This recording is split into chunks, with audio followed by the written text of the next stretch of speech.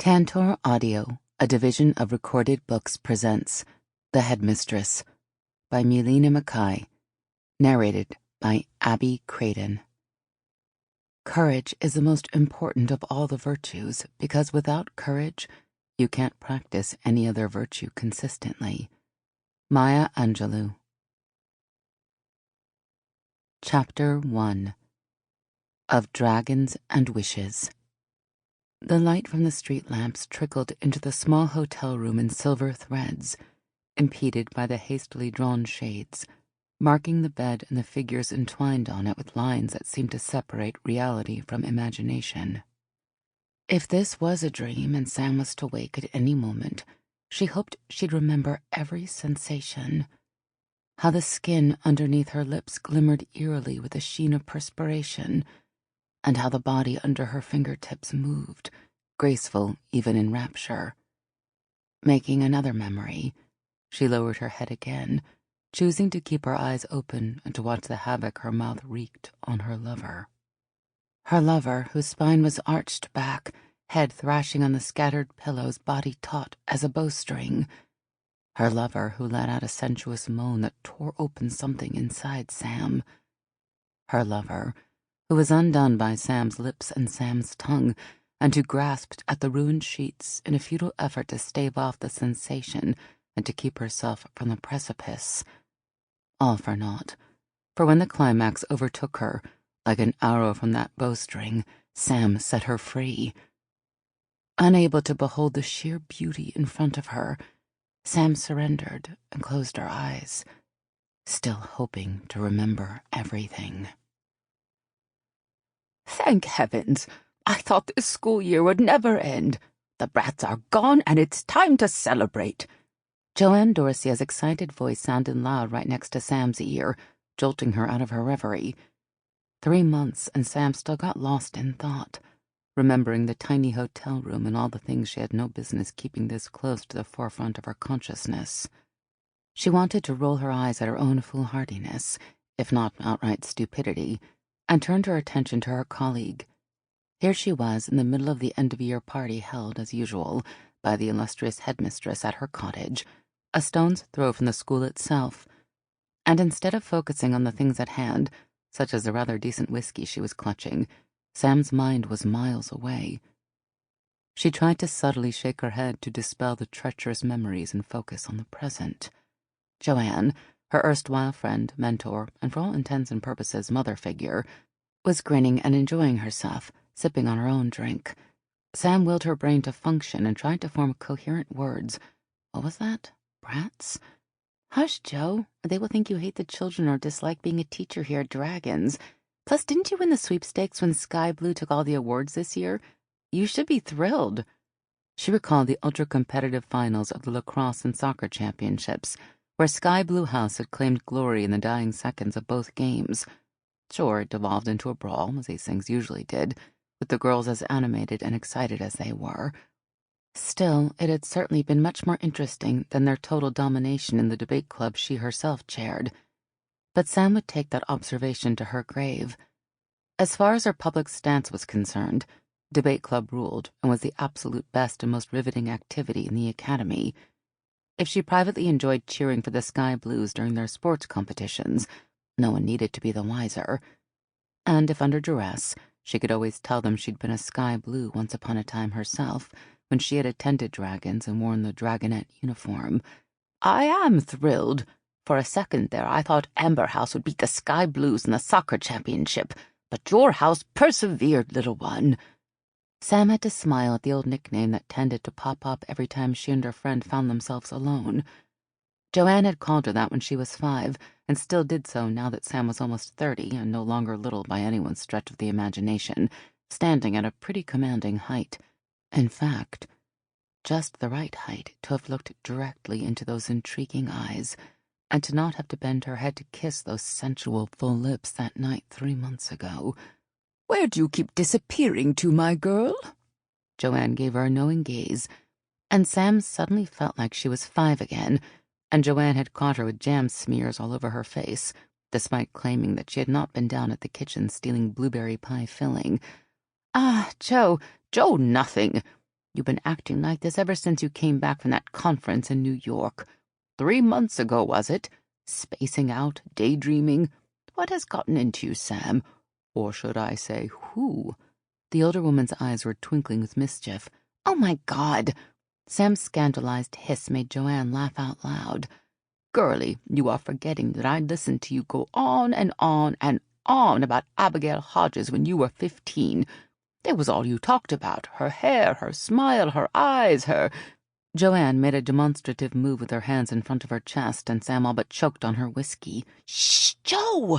Sam looked nervously around to see if anyone paid any attention to them.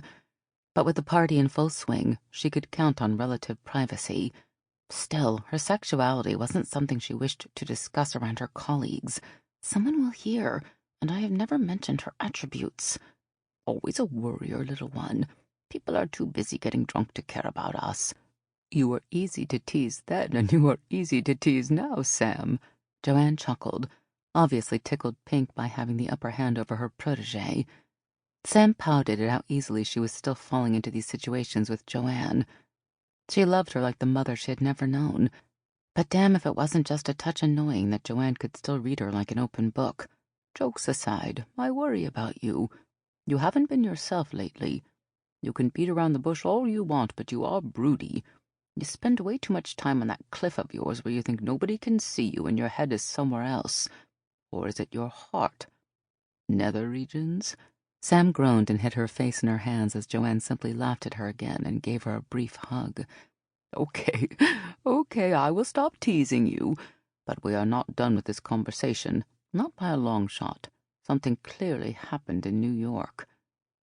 Sam tried to school her features into the best poker face she could muster, but Joanne just raised her eyebrow and Sam smiled sheepishly. Both of them were well aware that Sam's aforementioned poker face was so bad it was rather legendary around the school. Now that I've given you enough grief and you've as good as confessed to having been up to no good down in the Big Apple, I can change the subject. And to answer your previous question about our darling little pupils, I absolutely do not hate them, and they did win me pocket money. But they do become extremely tedious as the year progresses, and in spring doubly so. All that teenage angst and the hormones, spare me. She shuddered dramatically and emptied her glass in one gulp. I hear you. The boys from town have been jumping the fence much more often. I understand that's inevitable with an all-girls school. The attraction for them is just insurmountable. I separated at least 3 couples from rather compromising positions just last week. Spoil sport. You were their age once, and the way you keep daydreaming about whoever it is that has you completely ensnared, you're still prone to flights of fancy. Thank goodness you're just a touch more discreet than our esteemed leader, 'cause she's downright shameless tonight. And at least the headmistress's flavor of the week is cute. Very much so, and good for her, too. Sam followed Joanne's gaze to the front of the room where the dark-haired older woman held court. As Sam observed, the headmistress slid her hand up the aforementioned cute guy's shoulder and into his hair, playing with the longer curls while he blushed rather endearingly. Good for her indeed, Sam chimed in. It's been a long and difficult school year. We're celebrating. She can let her hair down every once in a while. Nothing wrong with that. Okay, you're right, Sam. She deserves all the rest and recuperation she can get. We all do.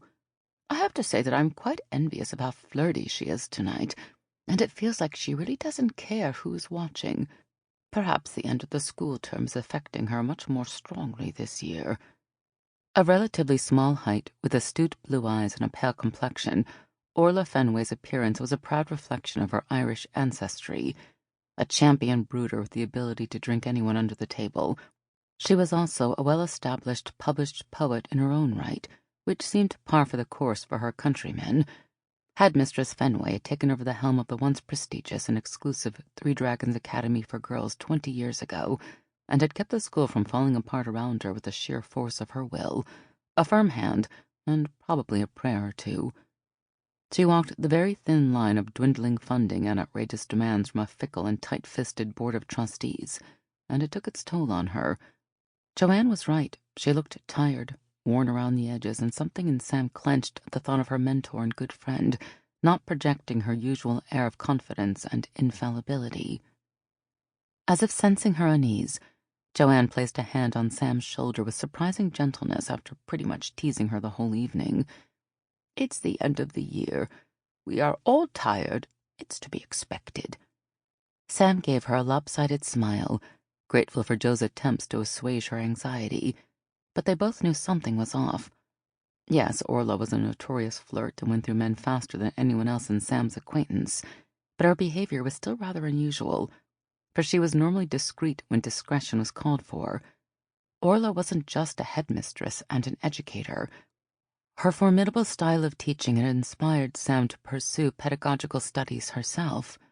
She was also a dear friend, and when Sam graduated with honors from Boston College, the headmistress extended the most coveted invitation of them all to take over the math chair at Three Dragons Academy. They enjoyed a relationship of vivacious camaraderie and quiet, leisurely evenings spent sipping tea on the deck of the small cottage located next to the sprawling school building. Seeing her friend looking as gaunt and as worn out as she did, and to observe her behave, while not entirely out of character, decidedly in poor judgment, made Sam uncomfortable.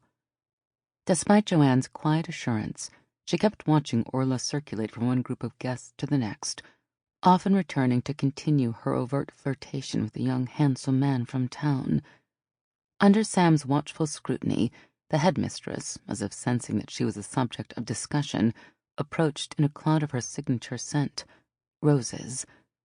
Initially, when Orla had started at Dragons, Sam found the scent cloying and distracting.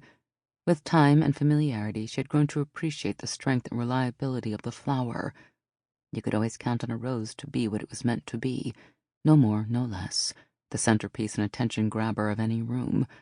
Roses did not pretend, did not hide or obfuscate. Roses reigned, and so did Orla. As she approached, Joanne removed her arm from around Sam's shoulders and stood just a bit straighter. Despite her friendliness with the staff, Orla still projected an air of forceful authority, even in the midst of a party. "Oh, do stop hoarding our dear Miss Threadneedle, Joanne. Other people, such as, for example, our dear history chair over there on the other side of the room, are damn near pining themselves out of their turtlenecks, observing how you're monopolizing this one's time." It made Sam a touch uncomfortable to be the center of attention, so she tried to deflect it as soon as possible. "You better be joking about David Utley, headmistress. I assure you, he has not been pining over me in the slightest." Sam gave both her colleagues a quick glare before grabbing another glass of whiskey from the passing server. "Your jokes need work, headmistress, but you always throw one hell of a party, I'll give you that. You're always a cheeky one, Sam. I saw you and Jo here keeping an eye on me tonight. I assure you, I'm going to behave, or as much as I know how to behave." Sam snickered and earned herself a light smack on her bicep. "Stop giggling, missy, and ouch!" Joanne rubbed at her knuckles. "When did you become skin and bones? All this running up and down and around the island, I never understood it, Sam. You run, and you get nowhere, Cupcake. It's still an island, and you end where you begin. It's not about getting somewhere. It relaxes me." Even to her own ears, the defense of her preferred way to exercise sounded weak. She ran to escape her thoughts, even though lately her thoughts chased her and overwhelmed her no matter where she found herself. "Oh, we're all in agreement that you need some relaxing, hence the delectable Mr. David over there may not be such a bad option."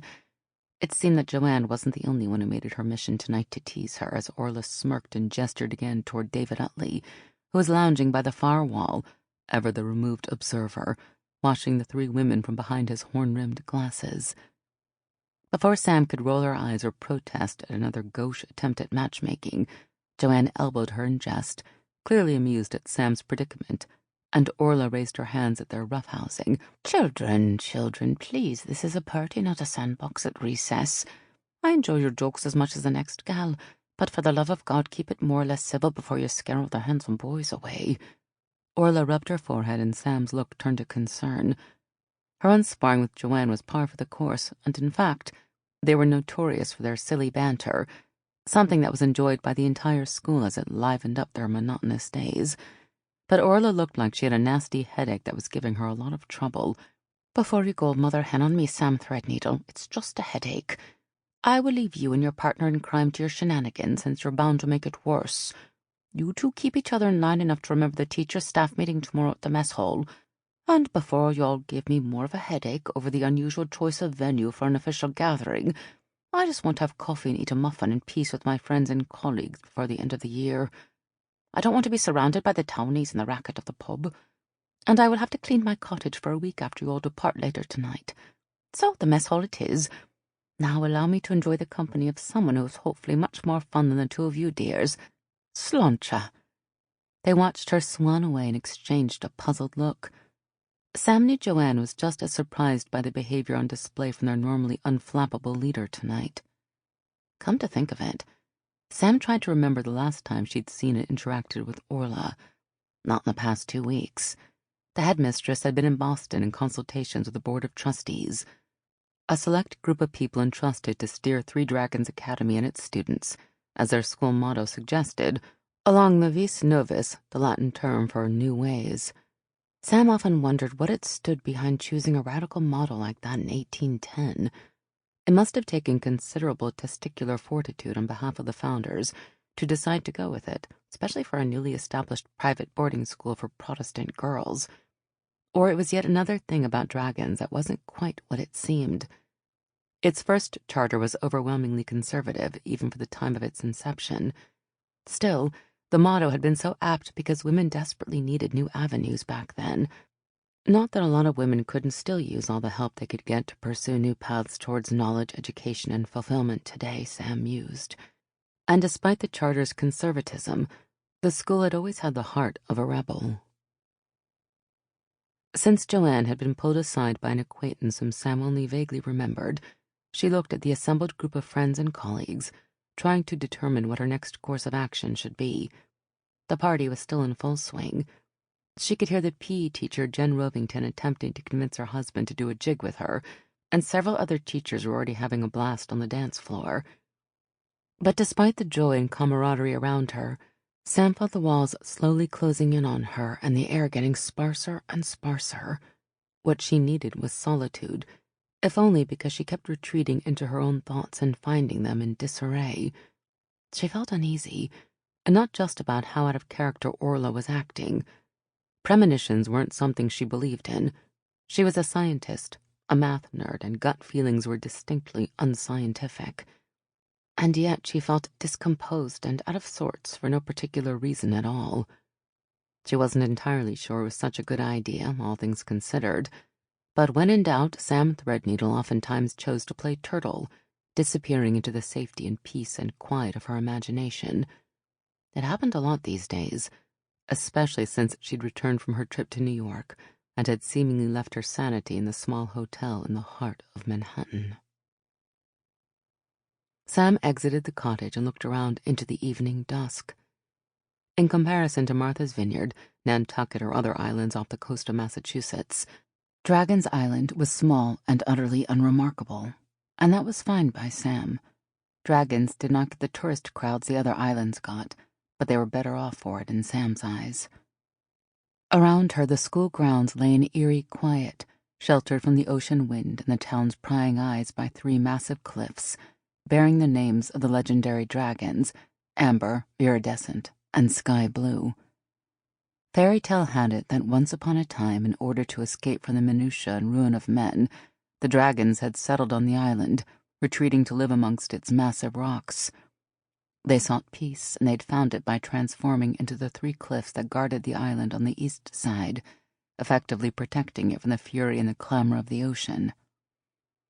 The rocks were illuminated by the sole beam of the eye lighthouse, and the legendary 3 dragons stretched in front of her, with the academy and the school grounds tucked safely between them, like their crowning glory on top of the plateau surrounded by thick pine woods. This walk towards the cliffs was picturesque, away from the school and the town huddled on the beach down below. The wide-open spaces had always soothed Sam's racing thoughts, even as an introverted and restless child who'd avoided her peers and could not sit still for very long. She had walked this path so many times, had run it, had skipped it. Sometimes she'd fallen, skinned her knees on the sharp rocky surface, but she always rose, feeling the massive dragon cliffs watching over her, their gaze benevolent, their enormous shapes protective over the lonely orphan. A charity case in a rich girls' school and a closeted lesbian in a conservative institution, Sam Threadneedle had always felt awkward. And equally, the cliffs always watched out for her when she felt like the sole round peg in a square hole. She would squeeze herself in it, but it did not feel right then, and it felt uncomfortable still to this day. They were watching over her now as she trudged up toward her favorite place in the world, past the school to her right, delving deeper into the rocks. She knew every twist and turn of the desolate, narrow road winding up to the cliffs and around the school, and yet whenever the imposing mansion appeared, it always took her breath away.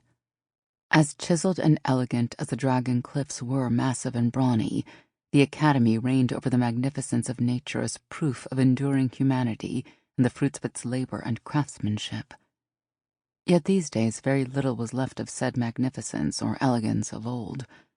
The school lay sprawled on acres and acres of land that needed tending and care, and a considerable investment. The buildings themselves, the main hall and its wings that served as dormitories holding the 3 schoolhouses, and the surrounding campus and support structures, fared slightly better than the grounds, but that was a testament to the stonemasons of that time who'd known their craft and had wielded the chisel and hammer to build things that lasted for centuries. Still, the feeling of decay, of disrepair, was permeating the air, even if only for someone like Sam, who was raised on these grounds and who'd run amok among these walls.